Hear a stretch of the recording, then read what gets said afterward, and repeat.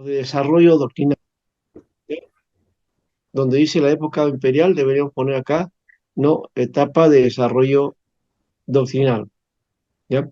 Porque hay un detalle que tenemos y que en eso quiero ser sincero. La iglesia, la enseñanza, la doctrina que desarrolla tanto la iglesia católica, la iglesia de Roma, como la iglesia protestante y la iglesia ortodoxa, ¿no? Este, asumen la doctrina a partir de esta etapa, ¿ya? Y es la iglesia que va formando la doctrina que nosotros ahora poseemos, ¿ya? Y lo hace porque hay, eh, la iglesia tendría que enfrentar, ¿no? Ciertas enseñanzas que estaban, digamos, desarrollándose en la iglesia y por eso es que enfrenta esa circunstancia de cómo entonces, cuál es la doctrina o la enseñanza que deberíamos asumir frente a esas herejías, ¿no? Y afirmar eso. A partir de eso, entonces empieza lo que nosotros conocemos como doctrina, o que muchos le llaman sana doctrina, ¿ya? Eso lo desarrollaron los padres de la iglesia, así que vamos a mirar ese aspecto. La otra parte de la esa época imperial, estábamos hablando del Papa, pero también en esa etapa está también las controversias y los concilios, que es también consecuencia de lo otro, de esa etapa de desarrollo de doctrina, ¿no? La iglesia, hay que asumirlo, la iglesia primitiva, la iglesia de los inicios, desarrolla su doctrina a partir de la enseñanza apostólica, y eso lo vamos a encontrar, digamos, resumido de alguna manera en un documento que no es canónico, que se conoce como la Didaqué, ¿no? O la Didaqué. Ahí vamos a encontrar entonces la, la doctrina apostólica, que también se resume en el credo, ¿no? El credo viene a ser más o menos, aunque el credo es, no está, no es directamente de los apóstoles, ¿ya? Pero tiene la tradición apostólica porque todo lo que enseña está en el texto sagrado, ¿ya? Y habría que diferenciar eso de aquello que es el desarrollo de la doctrina, ¿ya? Aquí en ese espacio vamos a trabajar un poco lo del papado, dijimos vamos a hacer una semana nomás, creo que no vamos a necesitar mucho más, pero sí, y vamos a cambiar de posición, lo del papá lo vamos a poner al final, y el siguiente de la Iglesia Imperial sería que la segunda parte, ahí vamos a hablar acerca también de desarrollo canónico, ¿ya? El desarrollo canónico. Eso creo que faltó ahí para que completara esa etapa, ¿ya? Sí, por ahí sería ese detalle, ¿ya? Nada más que eso. Entonces, seguimos, vamos a tratar de... Esta es la tercera, ¿no es cierto? O la segunda. A ver qué me dicen ustedes. Es la segunda, ¿no? La segunda. Entonces, vamos a terminar esta, que son de 2 semanas. Esta vamos a tener que terminar. Y la iglesia proseguida la vamos a ver la siguiente, pero sí yo los voy a dejar una tarea como adelanto, ¿no?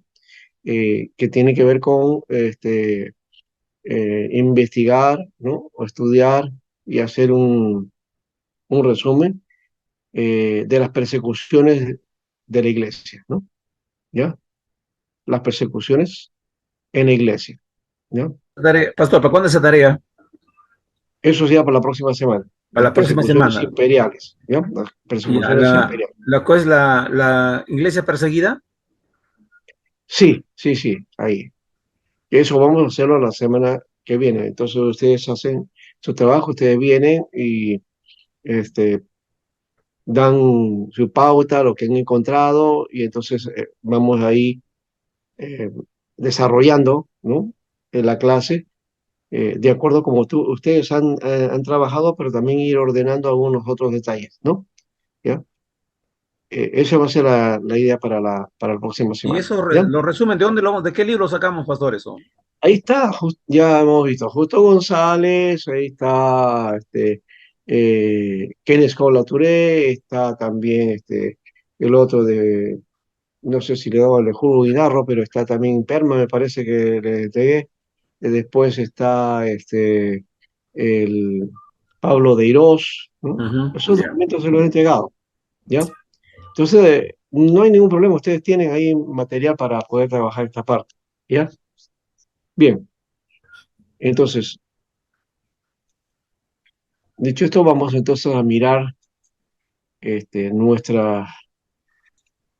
Habíamos hablado de que esta etapa de la Iglesia Apostólica, ¿no? Se le conoce como Iglesia Apostólica porque es la iglesia donde todavía están los apóstoles, ¿no? Ellos se están dirigiendo, están conduciendo, están desarrollando la tarea, ¿no? Desde el año 30 Ujú. hasta el año 100. Bueno, es un promedio, ¿no? No es exactamente 30, pero es el promedio, ¿ya? Diríamos así, unos 70 años, ¿no? Del primer siglo, ¿no? Después de que el Señor, entonces, resucita, ¿no? Y asciende, entonces deja a los discípulos, que en este caso van a ser ahora sí conocidos como los apóstoles. Por eso que la iglesia, según la etapa, se conoce como la iglesia apostólica, ¿no? Ahora, esta iglesia apostólica, ¿no? Es la que, digamos, va a ser el modelo, ¿ya? Que va a heredar el desarrollo de la iglesia posterior. O sea, en base a esto se va desarrollando, ¿no? La iglesia del Señor, ¿ya? Y de hecho que la etapa apostólica tampoco deberíamos tomarlo como eso, como una etapa, ¿no? Como un momento en el tiempo, ¿no? Porque el carácter apostólico de la iglesia es propia de su naturaleza, ¿no? Es la característica que tiene la iglesia, es el hecho de ser iglesia. La iglesia no puede dejar de ser apostólica. Cuando la iglesia deja de ser apostólica, entonces se ha apartado de la palabra, se ha apartado de la doctrina, se ha apartado de Cristo, ¿ya? Y por ese motivo es indispensable reconocer que la iglesia tiene carácter apostólico, ¿ya? Ahora, eso también viene a confrontar un poquito, porque algunos dicen, bueno, un momento, carácter apostólico, esto ya suena a las iglesias apostólicas. Hoy día está esa onda, ¿no? En muchas iglesias y esa tendencia, ¿no? A decir, no, que necesitamos tener apóstoles en la iglesia para ser una iglesia apostólica. Ese concepto es falso, ese concepto no es correcto. La iglesia no necesita tener apóstoles para que sea apostólica. La iglesia es apostólica, ¿ya? Porque está centrado en el mensaje de los apóstoles, que es el mensaje que Jesús le dio a ellos, ¿correcto? Entonces, eso hay que tomar en cuenta. Y lo otro, entonces, es también ese mensaje apostólico necesariamente tiene que estar basado en los evangelios, la enseñanza de los evangelios, ¿no? Y la enseñanza de las epístolas, ¿ya? Esos son las dos fuentes, ¿ya? De la enseñanza apostólica. Luego, aquello que viene a ser la doctrina, ¿no? Que va a desarrollarse más adelante con respecto a por ejemplo, el aspecto del logos, ¿no?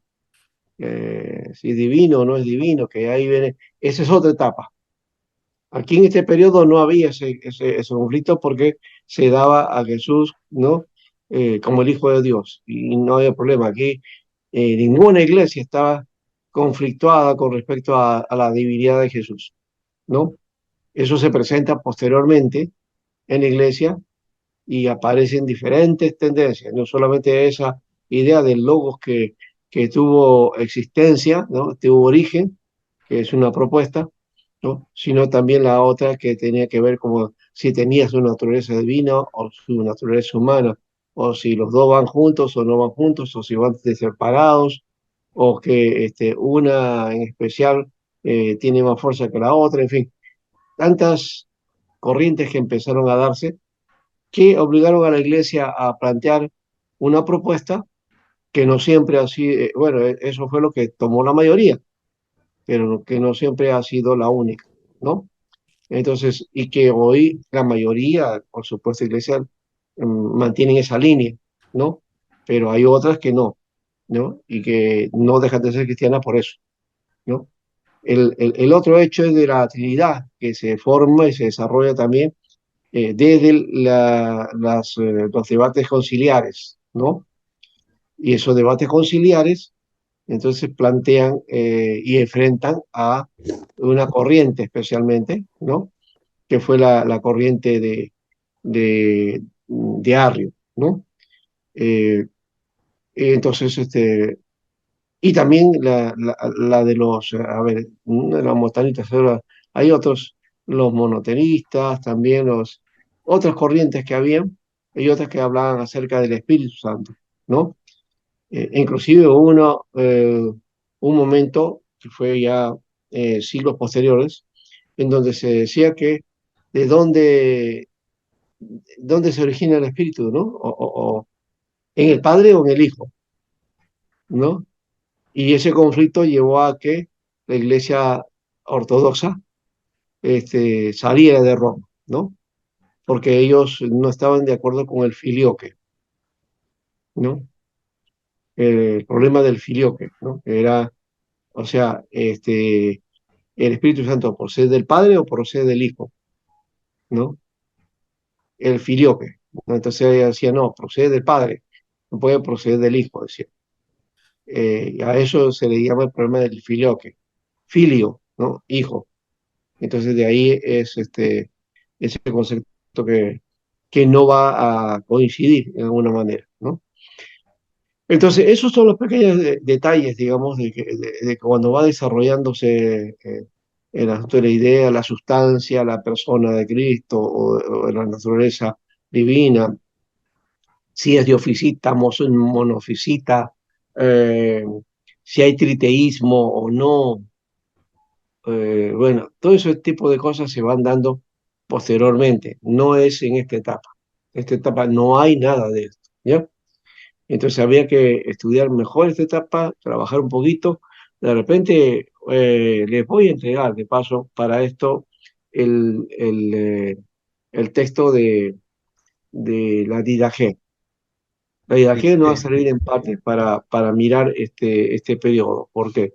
Porque esa Didache nos muestra, ¿no? El perfil de lo que se quería en esta etapa, ¿no?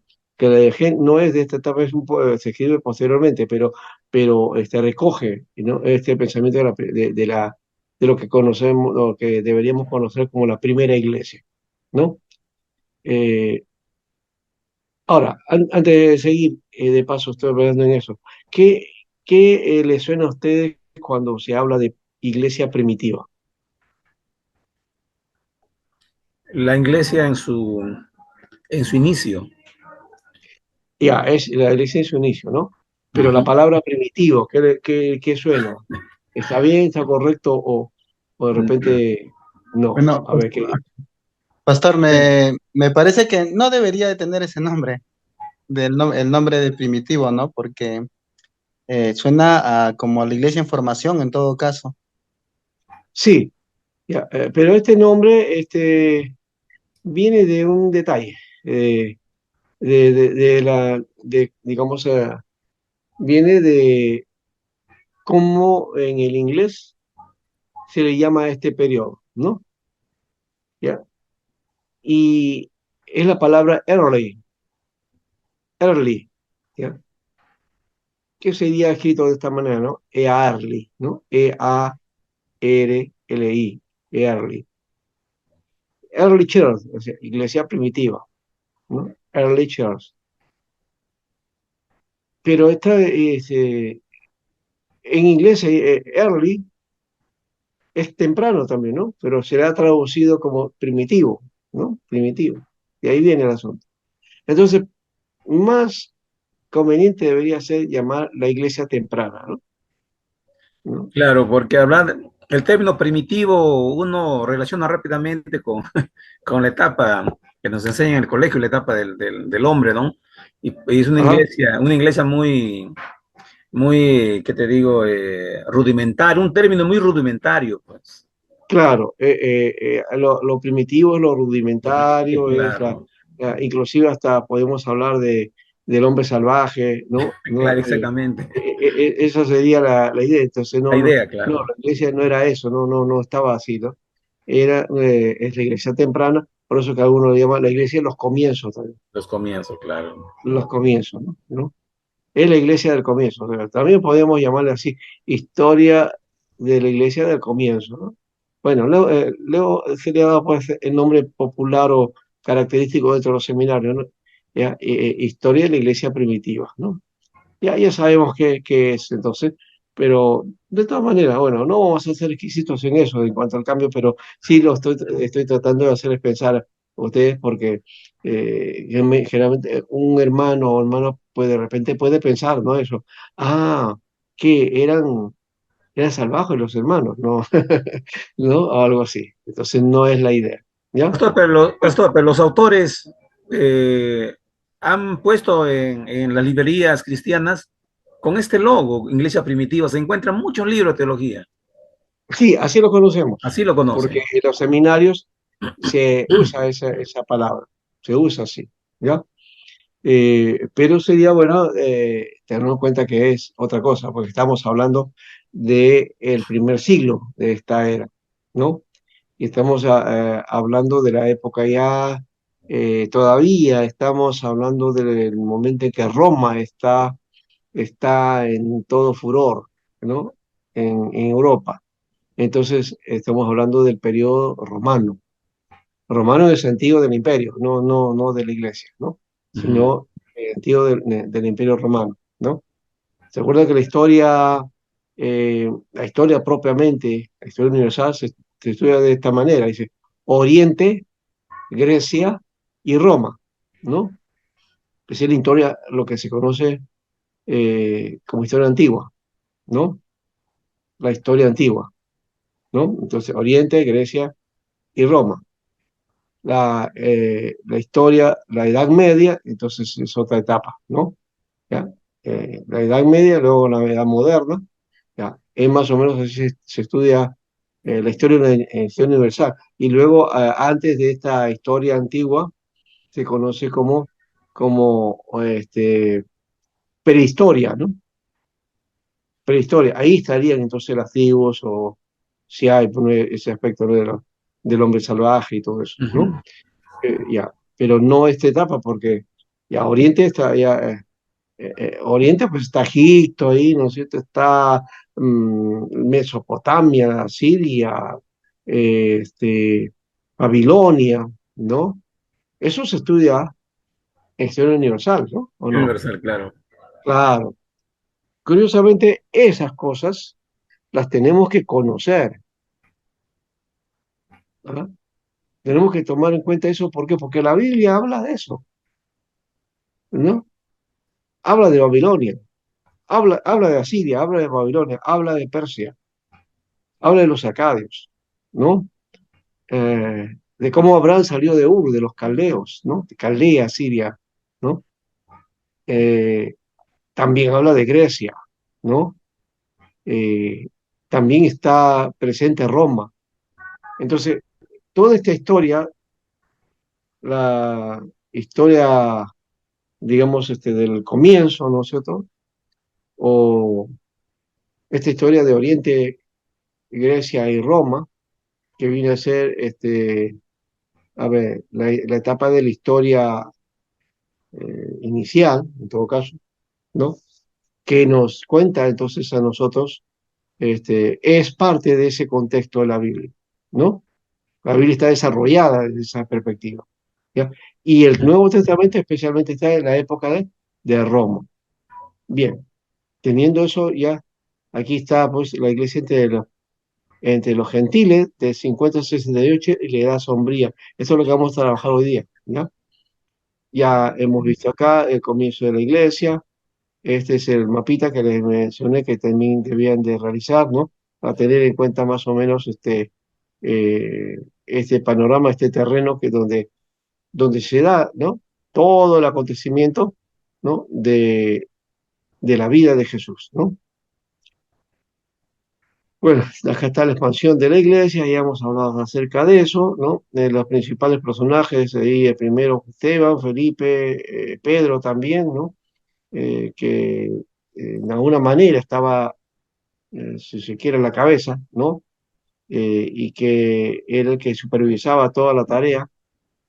Saulo, que después aún lo encontramos persiguiendo a los cristianos, que después se encuentra con el Señor en el desierto y camino a Damasco. Y entonces el Señor le habla y le cambia su propósito, ¿no? Y se convierte ahora sí en un apóstol del Señor. Y eso lo dice él en 1 Corintios, cuando habla de que el Señor se le apareció a él, ¿no? Y a mí dice, como un abortivo, ¿no? Que me apareció. Es decir, que él es apóstol abortado, ¿no? ¿No? ¿No? Usted sabe cuándo es un aborto, ¿no? O cuándo ocurre eso, ¿no?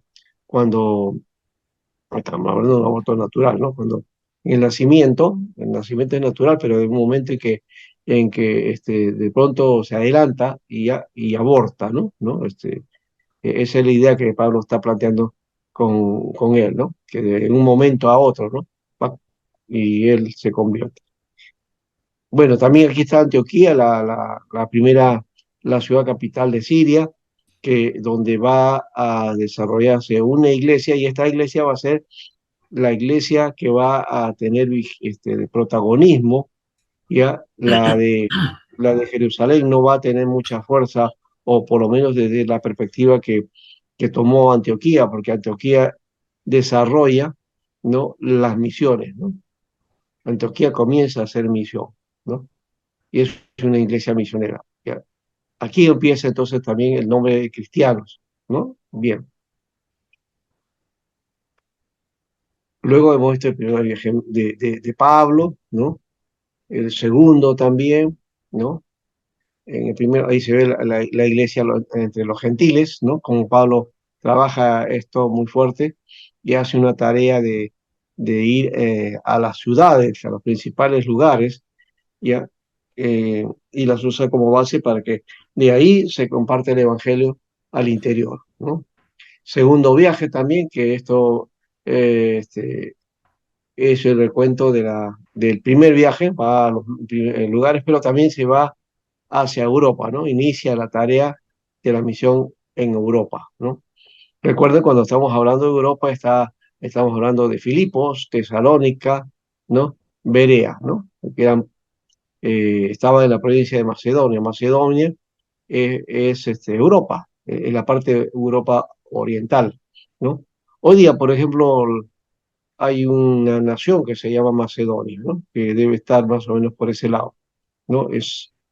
Eh, Esa Macedonia antes había estado en manos de los griegos, o mejor dicho, es personajes macedonios son los que van a desarrollar el imperio griego. ¿Ah? O sea que Grecia nace en Macedonia, ¿no? Aunque hoy día Grecia y Macedonia son dos naciones diferentes, culturalmente están ligados en la historia, ¿no? Y una tiene, digamos, origen en la otra, ¿no? ¿No? Los macedonios, y vamos a Felipe de Macedonia, y el caso de su hijo Alejandro Magno, ¿no? Eh, Ellos desarrollaron toda la cultura helénica, ¿ya? La cultura griega, el pensamiento griego, ¿ya? Y hicieron que Grecia se convirtiera en un imperio, ¿no? En un imperio. Bueno, entonces esos lugares fueron visitados por Pablo y su misión, Corinto también, que era una ciudad griega, hoy día también lo es, ¿no? Este, Atenas también es el otro lugar en que va a estar Pablo también, sí, ahí está, ¿no? Atenas, es decir, llega digamos, al centro de la cultura, ¿no? De Grecia, ¿no? Que todavía tenía vigencia en esa época, aunque Roma estaba ya dominando políticamente y económicamente, ¿ya?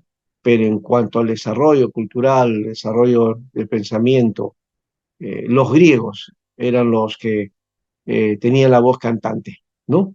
Ellos tenían el pensamiento, la forma, los conceptos religiosos, todo venía de Grecia, ¿no? Y esa influencia todavía está presente en nuestra cultura. Y la cultura griega influenció pues, el mundo occidental, ¿no? Llega hasta nuestros días, ¿no?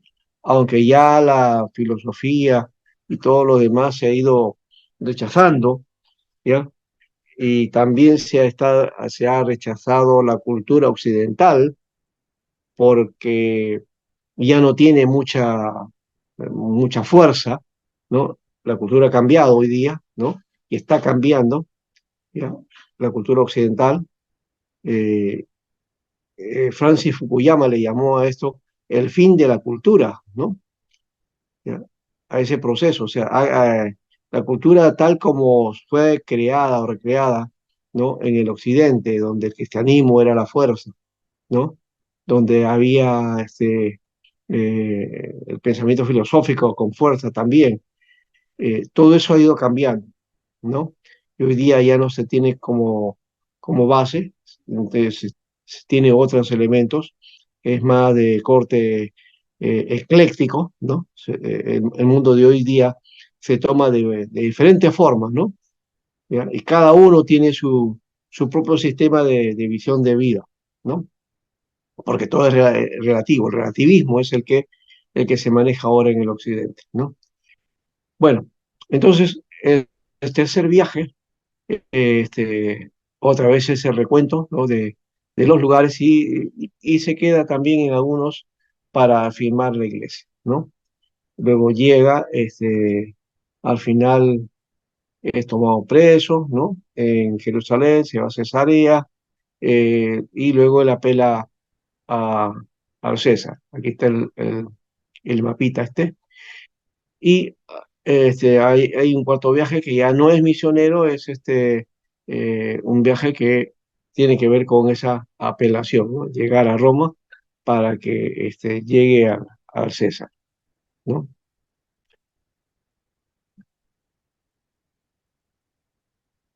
También hemos hablado del concilio de Jerusalén, ¿no? Que es el concilio que nos da a nosotros cómo resolvieron los discípulos los, lo que llamaríamos nosotros la, a ver, la controversia, ¿no? Que había surgido entre los judíos y los gentiles, ¿no? Los judíos decían que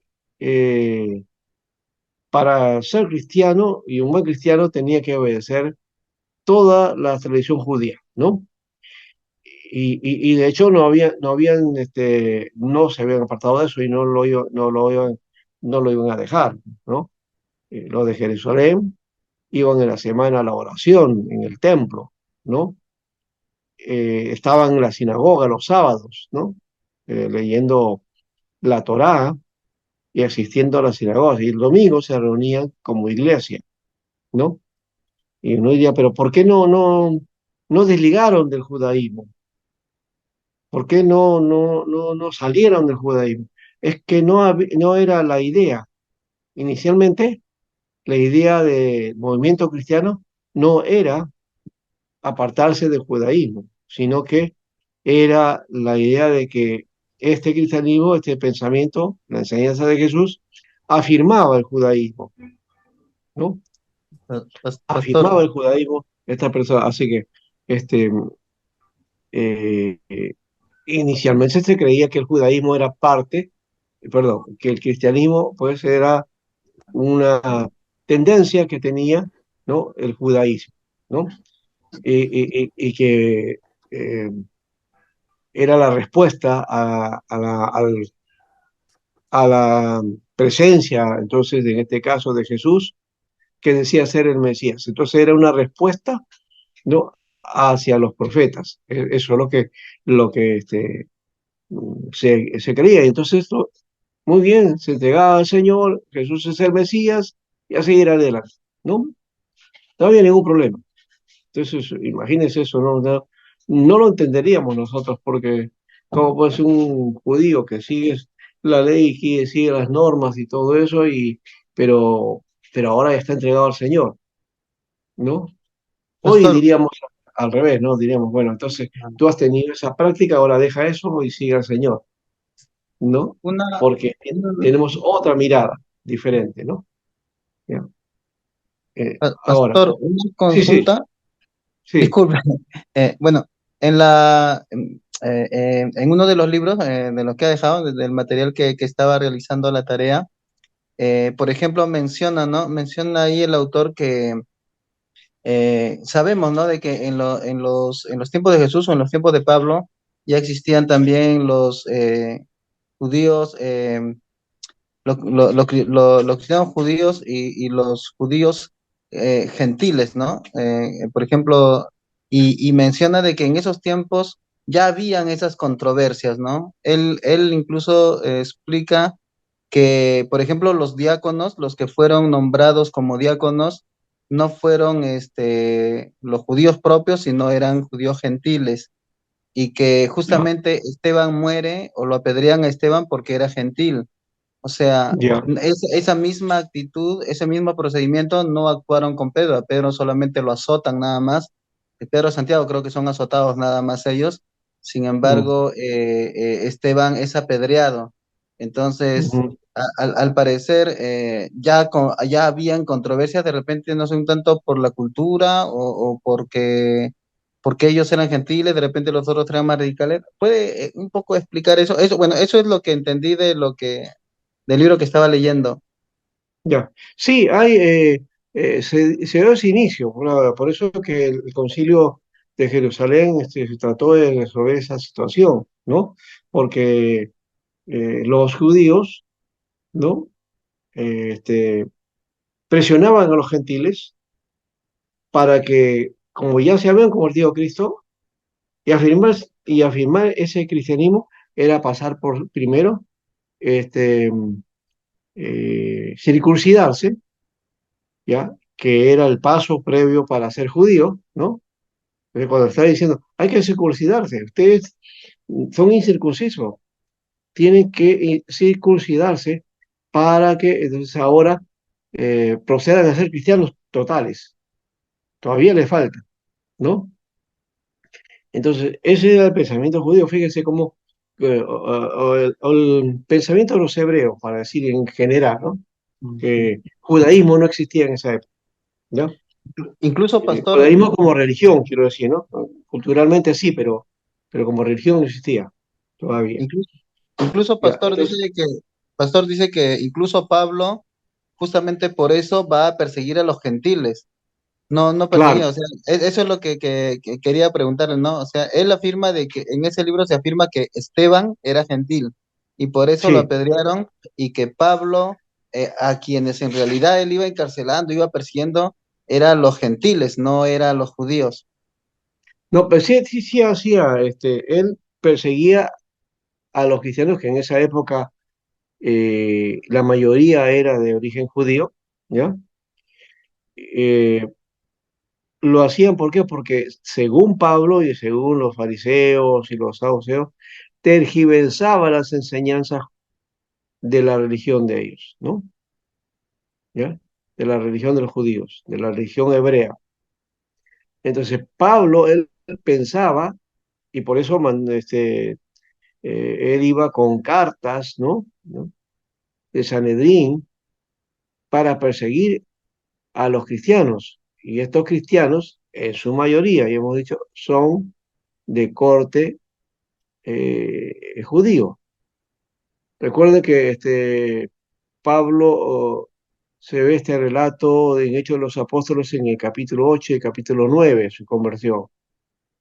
Y el primer gentil que se convierte aparece en el capítulo 10, Cornelio, ¿no? El centurión romano. Entonces no es tan así la idea de que Pablo perseguía gentiles, ¿ya? Porque la iglesia todavía no estaba en Jerusalén, la iglesia no era gentil, era judía, ¿ya? Era judía culturalmente, ¿ya? Y el cristianismo nació dentro del judaísmo, del judaísmo cultural, como un pensamiento religioso judío, ¿ya? Como muchos que, digamos, profetas o libertadores que se levantaban por ahí, ¿no? Jesús no fue el único, por si acaso. Antes de Jesús hubo varios que se levantaron y después de Jesús también hubieron varios y al final a todos los aplastan, a todos desaparecen, ¿no? El único, el único que, digamos, anuncia, ¿no? Su victoria por medio de una resurrección es Jesús. Los demás movimientos son aplastados y el movimiento cristiano, el movimiento de Jesús, crece, se va desarrollando, comienza a tomar fuerza. Al comienzo no le importaba, no importaba, pero cuando ya comenzó a tener un efecto dentro de la sociedad, entonces por eso comenzaron a perseguirlos. Los sacerdotes y el Pastor, Sanedrín pensaba que el cristianismo era un peligro para el judaísmo, que podía desaparecerlo, ¿no? Entonces, por eso es que los persigo. Sí, eh, no olvidemos, sin perder el contexto de aquella época, el mm, judío se sentía celoso de su ley, de su como, fe, claro. claro, era un celo. Pero Sí, recuerdo que en el capítulo 5 se levanta un tal Gamaliel y les apacigua y les hace decir, ¿no? Que en aquellos tiempos también se levantaron algunos y sí, desaparecieron. Pero sí, si ¿no? Esa corriente que estaban haciendo es de Dios, y si es del hombre va a desaparecer, pero si es de Dios, no vayan a ser que estén luchando contra Dios. Un poco más sí. inteligente, ¿no? Bueno, Gamaliel era más abierto, pues, ¿no? Exactamente, ahí está. Pero no todos pensaban como Gamaliel. No todos pensaban como Ya, correcto. por eso que el Sanedrín tomó su decisión, aparte de lo que pensaba Gamaliel, ¿ya? Y ya se veía eso porque comenzaba a apresar a los líderes, ¿no? O a los que estaban, digamos, liderando el movimiento del comienzo. Pedro es apresado, Uh Esteban -huh. también, ¿no? Entonces todos estos personajes van a sufrir, no una, sino una persecución, pero por lo menos este, un rechazo, ¿no?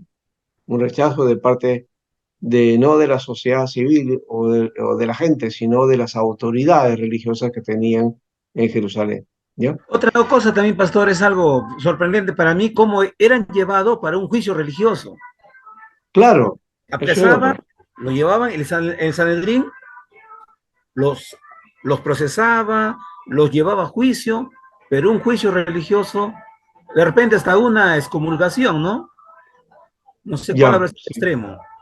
O muerte también, porque podían O muerte, apedrearlos. exactamente. Sí, ¿ya?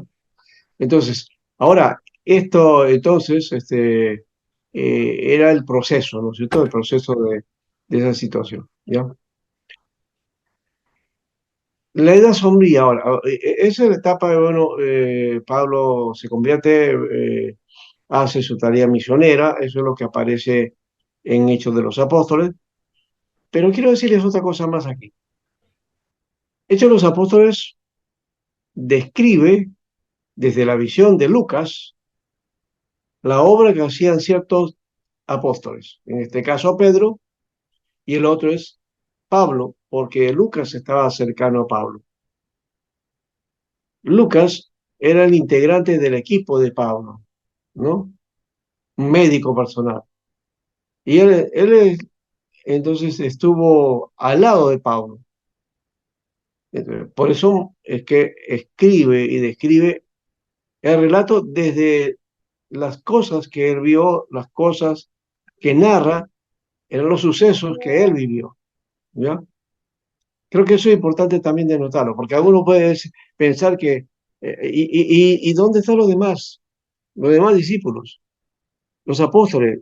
Aquí solamente se ve a Pablo, se ve a, a Pedro, y luego Esteban, Santiago y Felipe y otros más, ¿no? ¿No? Pero de Juan no se habla mucho, ¿no? Entonces, ¿qué? Ellos no hicieron obra, no es que no hicieron obra, sino que simplemente esta es la mirada de Lucas. Entonces, aquí se queda un poco corto ese aspecto de llamar hechos de los apóstoles, porque no está hablando de los 12 o de los 11 en todo caso. Bueno, está hablando solamente de los que desde la visión de Lucas hicieron la obra, lo que conocía Lucas. Pero de repente no conocía nada acerca de Juan o de Bartolomé o de Judas Tadeo o de repente, eh, qué sé yo, Santiago el Menor, ¿no? ¿No? En fin, todos los discípulos el resto que quedaban, ¿no? Tomás, ¿no? Tomás, por ejemplo, sí. ¿Qué hicieron ellos? Todo eso ha quedado en la tradición, porque no hay documentos, no hay un documento específico que se dedicara al trabajo que realizaron ellos. Pero sí ha quedado en la tradición, ¿no? Ha quedado en la tradición. Tomás dice que se fue al África, Santiago fue a España, ¿no? Y así, más o menos la tradición va llevando a unos al oriente, el otro al África, otro a la India, en fin, a diferentes lugares que según la tradición llegaron estos apóstoles, ¿no? No hay un documento, una crónica, un relato que específicamente hable de esto. No existe, solamente lo que dejó Lucas con respecto a la obra de Pablo, ¿no? Que especialmente ahí se centra el libro de Hechos de los Apóstoles, ¿no? En todo caso, lo que podríamos llamar este libro, algunos dicen que deberíamos llamar Hechos del Espíritu Santo, porque al final el personaje más importante en Hechos es cómo se mueve el Espíritu Santo en medio de la obra que estaban haciendo estos apóstoles, ¿no? Muy bien. Ahora, vamos entonces a la edad sombría, ¿no? Eh, y también voy a compartir, les entregué la separata, envié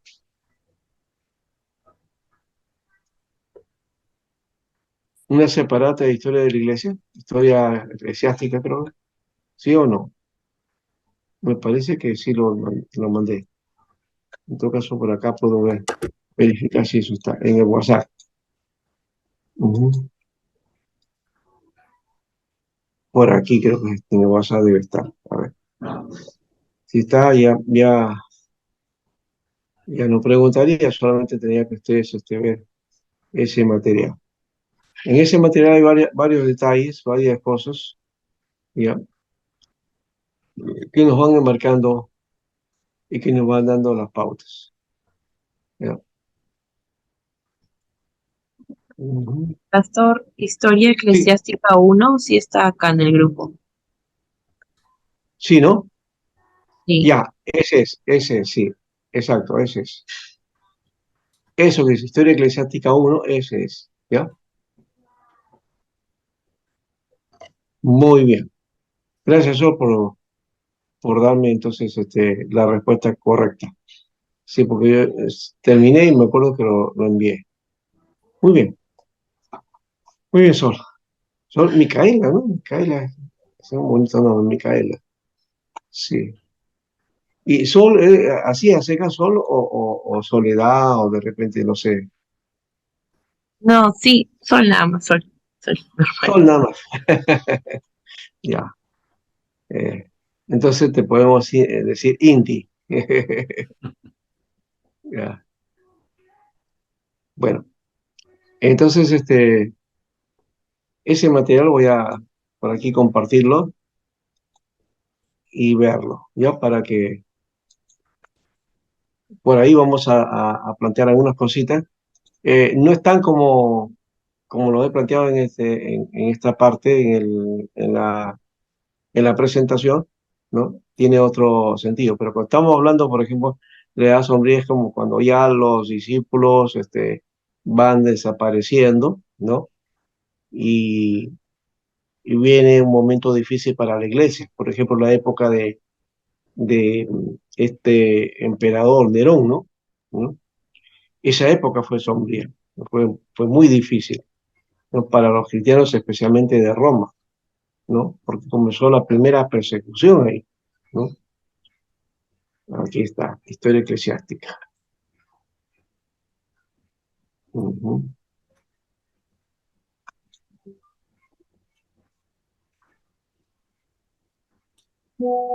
¿Está?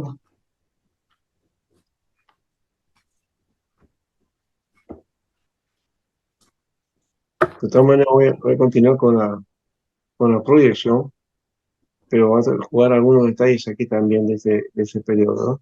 Entonces, estamos en el periodo apostólico, pero también hay un, una etapa difícil en ese tiempo, ¿no? Y de esa etapa está la persecución de Nerón, ¿no? La persecución de Nerón, ¿no? También viene la caída de Jerusalén, que es otro evento también bastante sombrío, bastante crítico para la iglesia de la época y para la sociedad de la época también, que haya pues muertes, que haya persecución, ¿no? Que haya imposición, eso es lamentable, ¿no? ¿no? Y hay etapas en la vida de las naciones que ocurren eso, hoy día también. Y nosotros tenemos un problema también parecido, ¿no?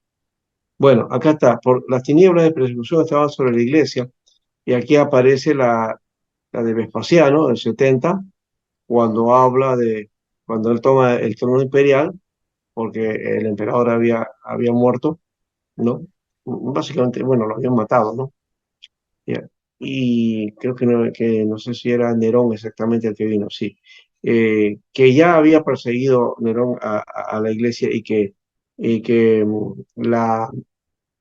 digamos, la leyenda, de alguna manera, un mito, dice que eh, Nerón quemó Roma, ¿no? A causa de los cristianos, pero también que acusó a los cristianos porque dice que el fuego empezó en un barrio cristiano, ¿no? Y se diseminó por todo Roma. Y ya Herodes tenía, perdón, Nerón tenía un proyecto de, de reconstrucción o de renovación de todo Roma, ¿no? ¿Ya?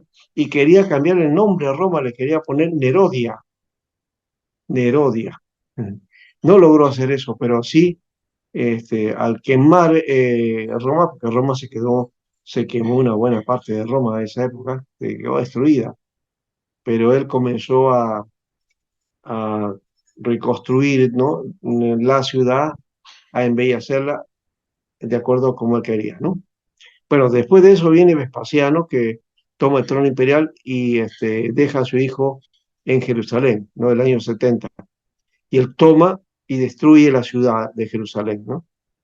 Eh, Aquí millares de judíos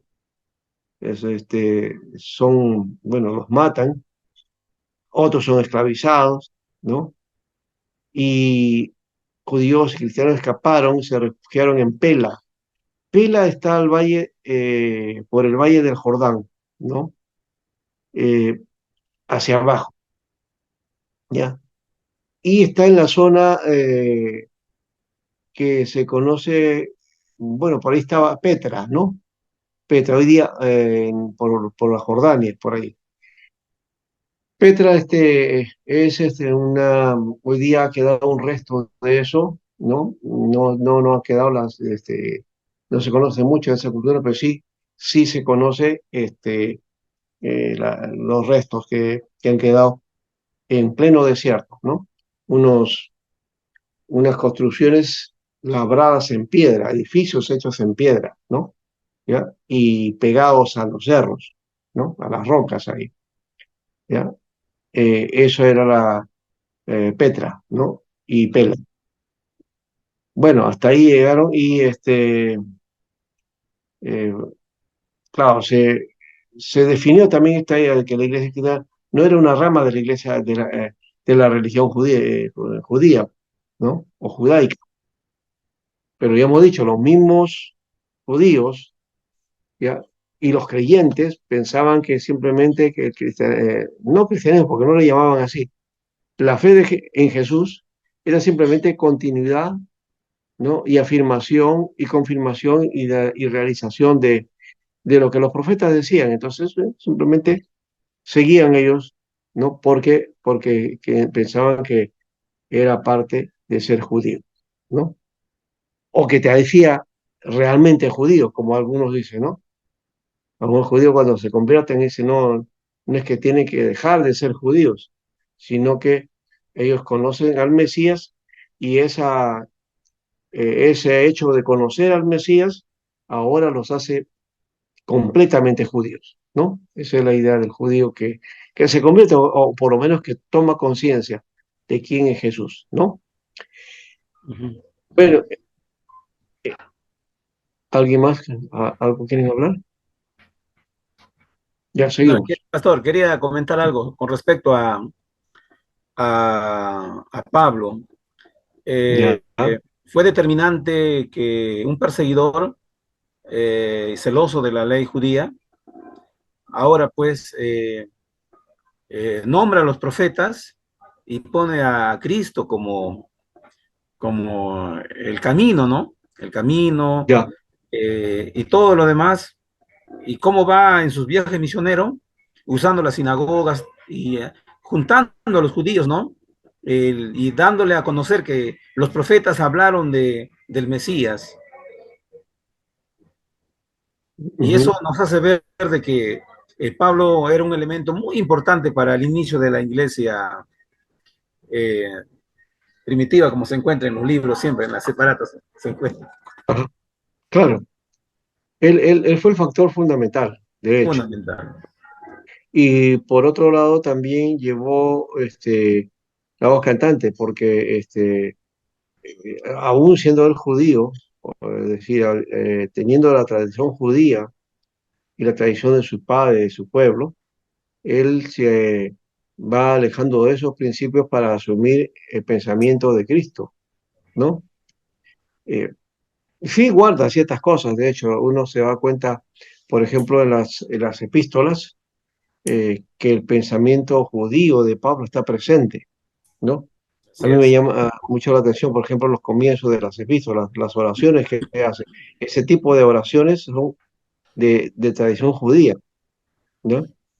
Cuando en Efesios, el capítulo 1 versículo 3 dice, bendito sea el Dios y Padre, ¿no? Ahí hace recordar a ese inicio de la oración judía, Baruch atah Adonai, ¿no? Bendito sea el Señor, ¿no? Bendito sea el Señor, ¿no? Eh, eh, Algo creo que la continuidad de esa frase, Baruch atah Elohim, eh, Hal Geolam, ¿no? O Hamelech Geolam, el rey de todo el universo, ¿no? Toda la eternidad. Y ahí se denota más o menos el pensamiento y también la tradición que él tenía, que no podía dejarla de lado, ¿no? Hay mucho de Pablo, si uno va a descubrir, está presente ahí la Torá, ¿no? El pensamiento torácico, dorático que tenía Pablo, ¿no? Bien, ahora, por otro lado, el emperador Domiciano ya 90 sigue, pues, nos va a dar también la segunda persecución imperial de los cristianos, asesinando miles de ellos en Roma y en Italia, pero no todo, en todo el periodo, sino en algunos lugares. Por ejemplo, el caso de Juan, que fue preso en la isla de Patmos, en el mar Egeo, y recibió la revelación del último libro del Nuevo Testamento. Juan, pues, murió más o menos en el año 100, ¿ya? Y de paso en esa época se escribieron los libros de Hebreos, según de Pedro, las epístolas, el Evangelio de Juan, Judas y Apocalipsis, ¿no? Que fueron casi al final. Algunos dicen que ya pues todo la documentación de los libros que hoy día serían parte del Nuevo Testamento ya estaban escritos al terminar el primer siglo, ¿no? Bueno, esa es la tradición que tenemos. De repente algunos libros pueden haber saltado un poquito más, ¿no?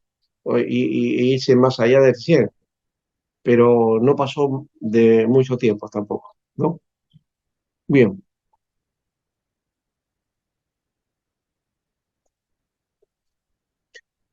en cuanto a la condición de la iglesia ahora, ¿cómo estaba la iglesia en esta etapa? Se fundaron iglesias en todos los países y en todas las ciudades. O sea, la iglesia se extendió. Ya estamos reconociendo que con la tarea de Pablo, el evangelio llega a los gentiles, ¿no? Y cuando hablamos de los gentiles, estamos hablando de las otras naciones que no son judías, que no son hebreas, ¿ya? Que no estaban bajo la ley, en todo caso. Eh, y aquí creo que quiero detener un poquito también. Los gentiles, muchos de nosotros los asociamos con el pagano. No necesariamente tiene que ser así, ¿no? La palabra gentil que aparece en la Biblia, en el hebreo, es la palabra etnos, etnos. Entonces, esa palabra ya me está sugiriendo algo, ¿no? Me está diciendo eh, no un origen pagánico, si se quiere, no es la idea esa, aunque podían hacerlo, pero no necesariamente hay esa categoría en esa palabra. Etnos estaba hablando de pueblos, ¿no? De grupos culturales, ¿no? Hoy día se habla de grupos culturales que vendrían a ser grupos autóctonos, pero eso es otra cosa y otro sentido en el que la palabra etnos se ha desarrollado, ¿no? Por eso cuando hablamos de etnología estamos hablando de las culturas, ¿no? Las etnias, estamos hablando de las culturas de los nativos, ¿no? Pero nosotros también somos etnos, pues, ¿no? Todos los que somos, digamos, a una manera, no somos judíos, somos etnos, ¿no? Somos etnos. O sea que el término gentil también se nos acuñaría a nosotros. Nosotros somos gentiles, porque no somos judíos, ¿ya? Muy bien. Ahora, esta palabrita, lo voy a buscar acá, tengo el texto en griego, y me dice en esa palabra que se dejó Jesús y salvó a ellos diciendo, toda autoridad me ha sido dada en el cielo y en la tierra, ¿ya? Y dice, pues, habiendo sido, pues, a ser discípulos, dice, ¿no? A todos los pueblos. Ahí está la palabra taegna, etnos, taegna, taegna está en plural, ¿ya? Los pueblos, ¿no? Entonces, taegna está correcto, es la palabra este, que nos habla de los pueblos, ¿ya? ¿Por qué no podemos traducir naciones? Bueno, porque si tradujésemos naciones, hoy el concepto de nación es diferente a lo que entendía la gente de aquel tiempo, de la época de Jesús. ¿Ya? Entendían más pueblos, ¿no? Culturas, ¿no? Y el hombre en general, ¿no? De esa manera lo entendía. No, no había la idea de nación. O si había nación, sí, pero no era el concepto de nación moderno, ¿no? A eso me refiero, ¿no? La nación que tiene un territorio, tiene un estado, tiene normas, leyes, y determina, ¿no? Su constitución o lo que sea, ¿no? Ese porque no había nada de eso, ¿no? Estaba lejos de ser eso. Bueno, las iglesias entonces se fundaron en todos los países, en todas las ciudades, desde el río Tíber hasta el Éufrates, ¿no? Eh, Desde el mar Egeo hasta el norte de África y se extendían hasta España, ¿no? Cuando hablamos de Tíber estamos hablando de África, ¿no? Algunos creen hasta que también se llegó hasta Gran Bretaña al comienzo del siglo segundo. Sus miembros entonces eran millones. La iglesia ya había llegado a copar todo el imperio, ¿no? ¿No? Y la mayoría de la gente después se convirtió en cristianos, ¿no? Fue como una especie de, ¿cómo diríamos? Una fiebre que invadió, ¿no? Todo el mundo, a todos se contagiaron, ¿no? ¿Ya? Ahora, en el año 112 después de Cristo, el emperador Trajano, ¿no? Se le informa, ¿no? Que la provincia de Asia Menor, que venía a ser hoy día Turquía, ¿no? Y, y también al lado del mar Egeo, ¿no? Los templos de los dioses estaban abandonados y los cristianos eran en todas partes una gran multitud, ¿no? Los miembros eran de todas las clases, desde los más nobles hasta los esclavos, y, y el esclavo era tratado igual que el noble, ¿no? Y eso sí era, pues, revolucionario en esa época, ¿no? Y que causaba escándalo también, porque a nivel social se estaba quebrantando los, las reglas y valores que tenían los romanos, ¿no? O las culturas de aquel tiempo, ¿ya? Antiguamente se pensaba que un noble no podía estar en una reunión con sus esclavos, ¿no? Y sobre todo en una reunión donde los van a tratar en la misma condición, eso no, era una ofensa para el noble que hagan eso, ¿no? Y de paso era pues ignominioso eso, era una cosa terrible, o sea, socialmente era inaceptable, ¿no? El esclavo no podía departir con su amo, pero en la iglesia sí se hacía, ¿no? Y además, ¿no? O sea, el dirigente en la iglesia muchas veces era un esclavo, no un noble, no un rico, sino un esclavo, ¿no? Entonces la iglesia cambió la visión de vida de aquel tiempo, ¿no? Imposible, pues. ¿Cómo va a ser que un esclavo esté de líder? Un esclavo ha nacido para servir, para estar, digamos, a los pies de su amo, ¿no? Y por otro lado también la actitud hacia las mujeres también cambió. La época eh, del primer siglo, las mujeres no eran reconocidas, no tenían, no tenían, no ejercían el derecho o, digamos, no tenían derecho porque no era sujeto jurídico, ¿no?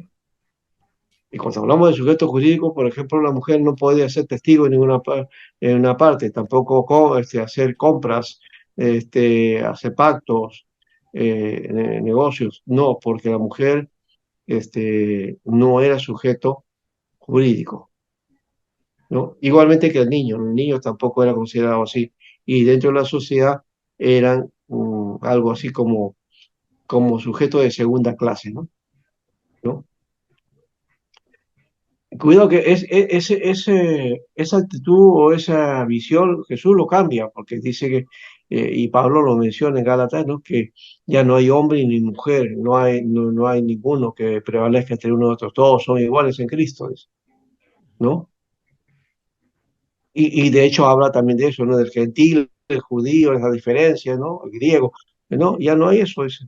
En Cristo no existe eso, Pastor, pero ¿ya? para esto ya la carta de Filemón ya había redactado Pablo o todavía. Sí, Pablo estaba tratando de ver eso también lo de Claro. Filemón también es una muestra de cómo eh, el trato hacia un esclavo, ¿no? ¿No? ¿Cuál sería ese aspecto? Algunos inclusive dicen, no, que el cristianismo no abogó por la libertad. Sí, es cierto que en una parte no fue confrontacional en ese aspecto, pero sí se notó el cambio, ¿ya? Hubo cambio, ¿ya? Más bien es la Edad Media en que se va a desarrollar un cristianismo que vuelve también otra vez a esas concesiones, de ideas de que el noble es el principal, el rico es principal y el esclavo tiene que estar sujeto y a las órdenes de su amo. Igual la mujer, ¿no? Y por toda la Edad Media, lastimosamente, los padres de la iglesia permitieron el concepto de la mujer, ¿no? De quién era la mujer. Entonces, eso también nos muestra el cambio que hubo. Mire, en primer momento, como que la iglesia estaba arrumándose sobre el pensamiento de Jesús, y de pronto cambia, ¿no? Ya, y por la imposición de los pensadores cristianos de esa época, ¿no? Donde vuelven a poner a la mujer entonces en un segundo plano, al hombre lo ponen hacia arriba, ¿ya? Y toman esa concepción que en el mundo de aquel tiempo sí existía, ¿no? La idea, por ejemplo, que estoy pensando es en la figura que aparece en la mitología griega, ¿no? Ustedes saben que este, había una mujer muy hermosa, que creo que era una joven dedicada a una diosa, ¿ya? Que no podía tener hijos, no tenía nada, no podía, se tenía que dedicar a la diosa de por vida. Pero Zeus la ve a ella y se encanta, pues se enamora de esta joven, ¿no? Muy hermosa, ¿no? Y Zeus trata de cortejarla, trata de buscarla y ella no cede, no cede, ¿ya? Y este, eh, Zeus entonces idea una forma de poder llegar hacia ella, ¿no? ¿Ya? Y se transforma, ¿no? Se transforma, esta chica no reconoce a Zeus, ¿no? Porque estaba transformado, ¿no? Parecía otra persona, ¿ya? Y, y, la, y la viola, ¿no? La trata de poseer, hacer la suya, ¿no? Después de eso, entonces, bueno, la deja y ella queda en estado, ¿no? La diosa ve que su joven consagrada había sido manchada y que ella había tenido una relación y que había pasado. Entonces, esta diosa no, luego se entera de la historia, ¿ya? No va donde Zeus a recriminarle, no dice, ¿por qué has hecho esto, este mal? No, sino que Gringo. castiga, castiga a la joven, ¿ya? Y la castiga de tal manera que la convierte en un ser horroroso, ¿no? En un monstruo, ¿ya? Y sus cabellos, que era hermoso, lo convierte en un cabello de puras serpientes, ¿no? Estoy hablando de esta mujer, ¿cómo se llama? La que después la combinan, ¿no? En una cueva, ¿no?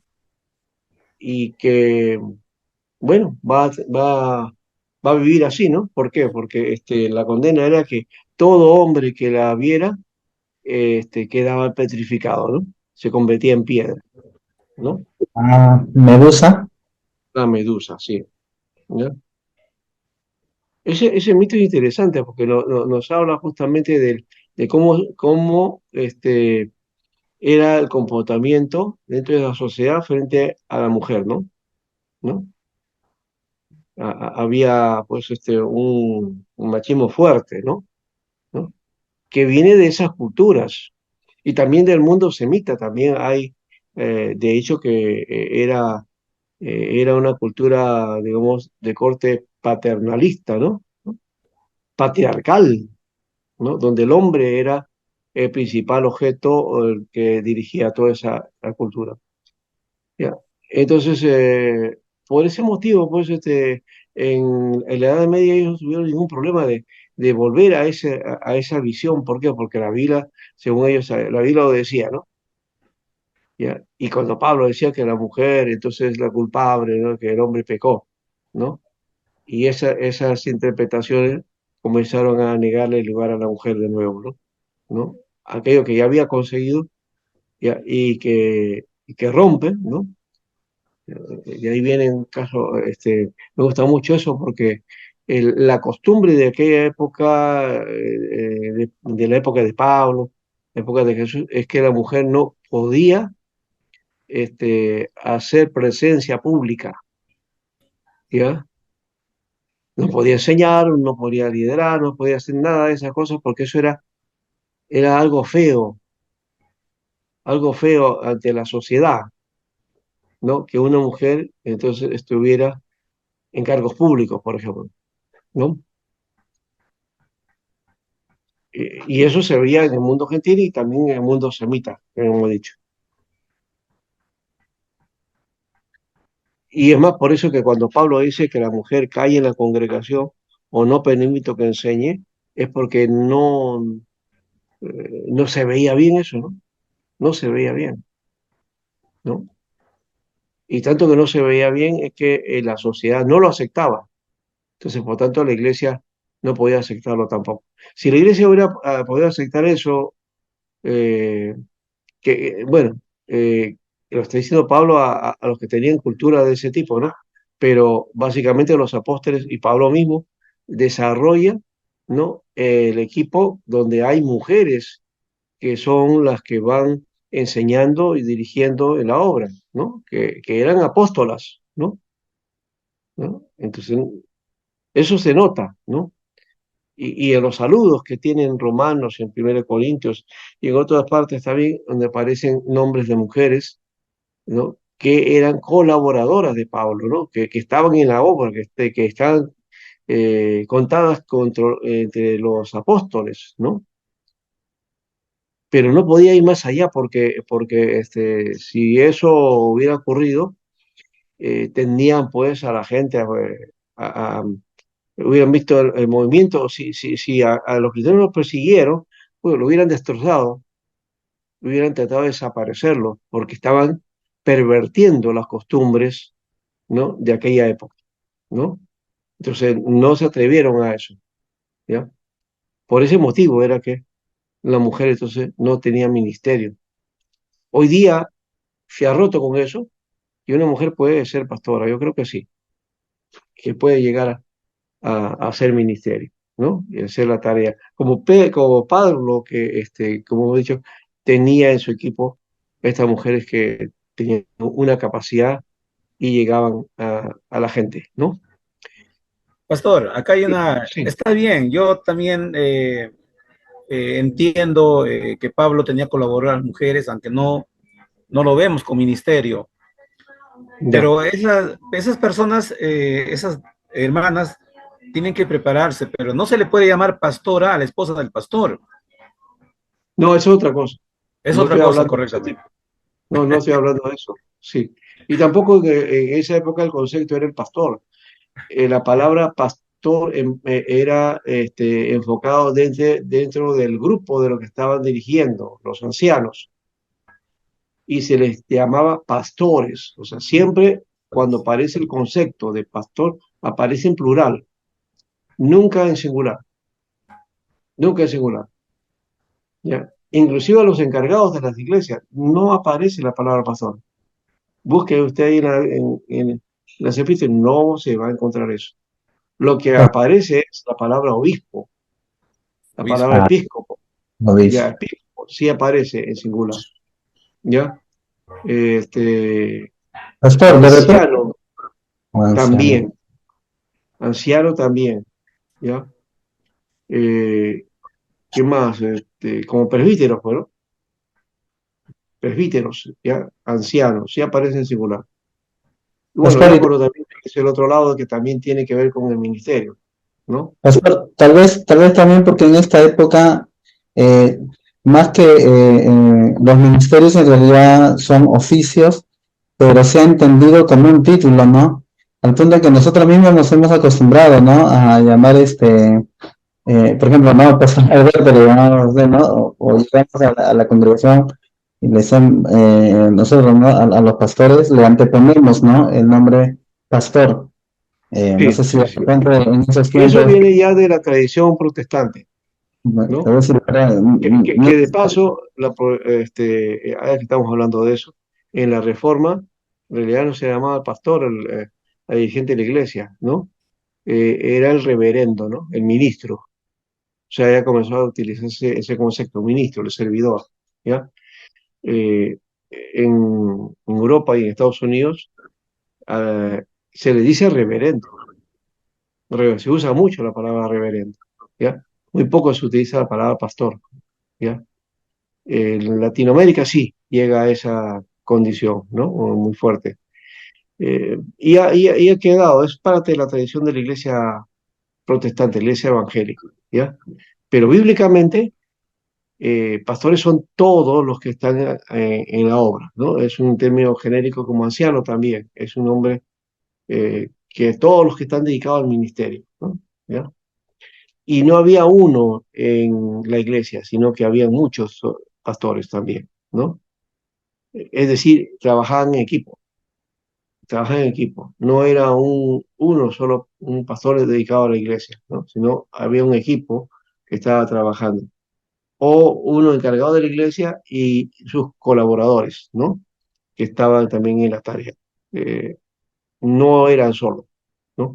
Esa idea de uno solo, ¿no? Dedicado a una obra, no es correcta en el texto, ¿no? Por lo menos no lo veo así, ¿no?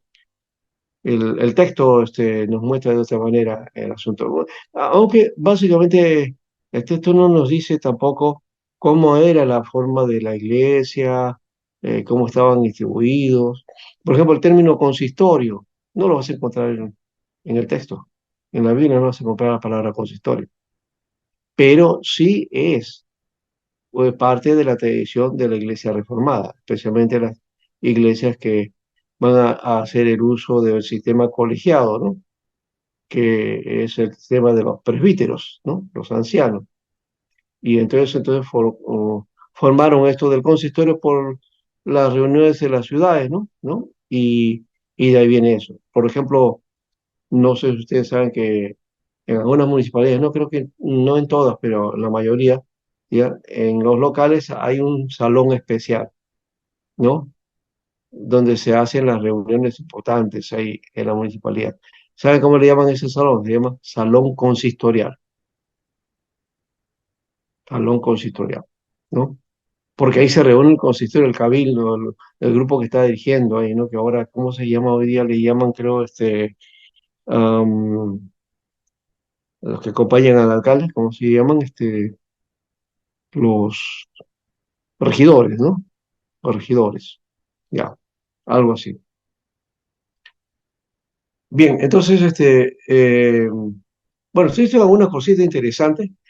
Quiero, pero también no es que estamos queriendo nosotros romper con la tradición. Nuestra tradición también se respeta, ¿ya? Pero quiero ver que en la palabra, hay otros elementos, ¿no? En la palabra encontramos elementos interesantes para poder enrumbar también la tarea ministerial, ¿no? Me parece que por ahí es. Y claro, el peso de la tradición que tenemos, ya pues nadie va a cambiarle al pastor el nombre del pastor, ¿no? Los únicos que han cambiado eso son los apóstoles, los de la corriente apostólica, ¿no? ¿No? que al que está dirigiendo una iglesia le llaman apóstol, ¿no? Y a los que están encargados de células o hacen un trabajo menor, a ellos le llaman pastores, ¿no? Y el apóstol él es el máximo, ¿no? Entonces su palabra es ley, su palabra es palabra de Dios. Me tomo una tergiversación ahí que no va en el asunto. Ahí sí, ahí creo que ese concepto deforma la iglesia completamente, ¿no? El llamado pastor no, porque no ha cambiado eso, sigue la misma línea del hecho de que está encargado de la obra del Señor, ¿no? ¿No? Y que enseña la palabra, ¿no? Mientras tenga eso, cualquier título que tenga, no hay problema. Pero si ya se apodera de la iglesia, entonces deja de ser y el oficio y ya no es el adecuado, ¿no? Bueno, estoy hablando de ministerio sin querer.